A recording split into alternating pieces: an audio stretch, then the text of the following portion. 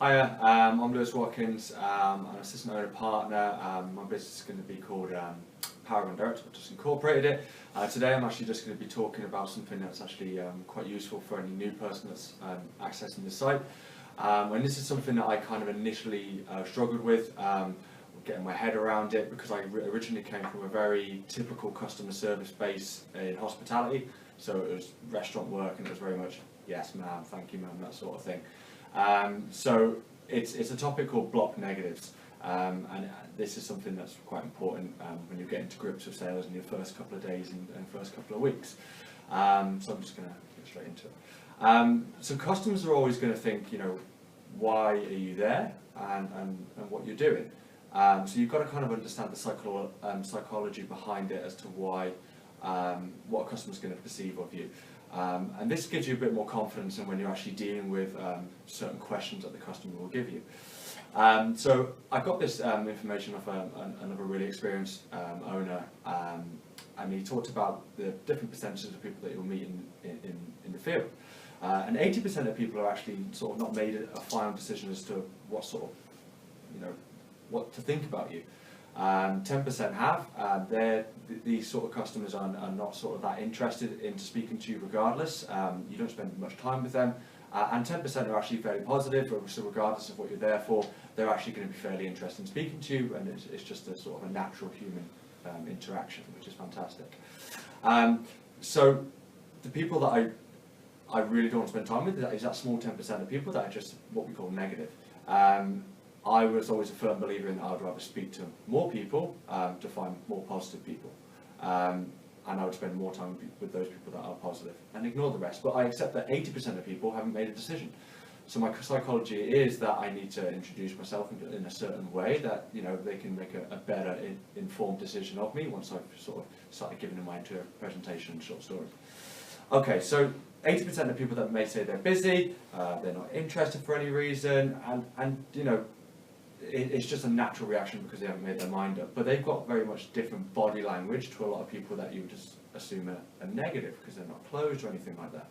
So you don't need to be presumptuous to think that these aren't buying customers. They just haven't made that decision yet. So it's really important that we get the impulse right and the presentation right.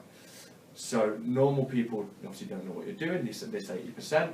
So you need to get good at the basics, so that's going to be keeping it short and simple, great smile, eye contact, enthusiasm, and using your gifts. And this will eliminate the people that sort of don't qualify once you've given those systems to that customer.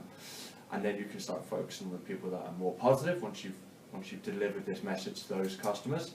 And that's who you'll spend even more time with during the course of the day in the field. The people that are okay to turn, this is where the block negative comes in, this is where people think of negatives, is that just because someone's given you an objection or what I've always thought as a question, doesn't mean that they're generally not interested. There's different types of questions, and that varies from different product and different people, essentially.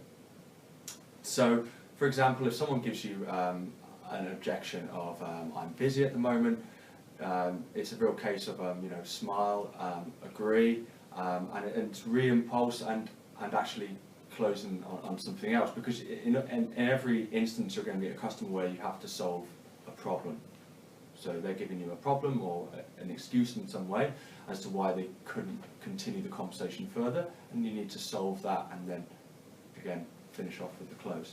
If the customer gives you the same objection or question, that's not necessarily going to be a buying customer, and from my own experience I wouldn't spend that much time with the same customer because they've given you the exact same.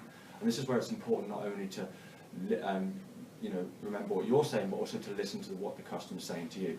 So if a customer gives me the exact same question or objection, I'm going to leave that customer and I'll move on to another person. If a customer gives me a different one, then obviously I could then once more go in with a smile, agree, and re-impulse and then turn and then close. And if the customer still isn't interested and they're giving me another different question or objection, then I'm not going to spend more time with that customer. And the real psychology that I really had to believe with that is, and really fully understand that I'm not being pushy with someone, is that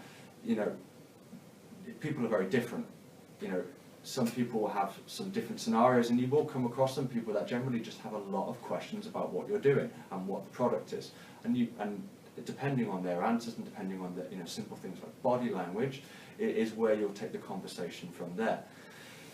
And there's a few things that you can sort of really look for a customer as to whether or not you want to continue the conversation more and deal with their questions and their objections, essentially. And it depends on if they're smiling at you, if you answer a question in a certain way. It depends on their body language, it depends on their tone of voice. And these are all really important for me, because this is how I'm going to actually bounce off a customer and the conversation. And so I want it to be a real free-flowing conversation.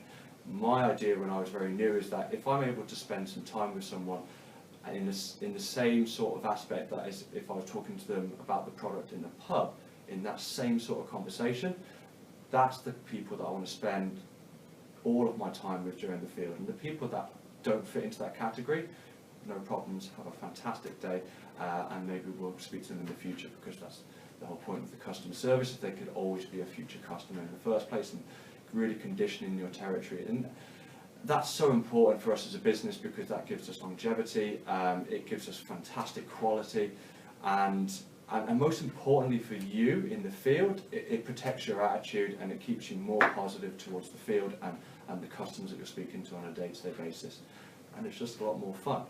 So there's a few different ways that you can sort of approach customers and dealing with different types of questions and dealing with different responses. But just remember that if a customer is giving you basic sort of negative body language, not so interested questions, and the same sort of questions as the previous one, that's not the customer you need to spend time with. Move on and go spend time with the people that they can still give you those questions, but they're always going to give you different questions, because they generally are interested in what you have to say. It's just about your confidence and your delivery to be able to impulse them and get them to make the right decision that's good for them. If anyone has any more questions about this, feel free to email me or give me a call at any time. That's the great thing about our business. Obviously, you're very new, and enjoy the next few weeks. Thank you.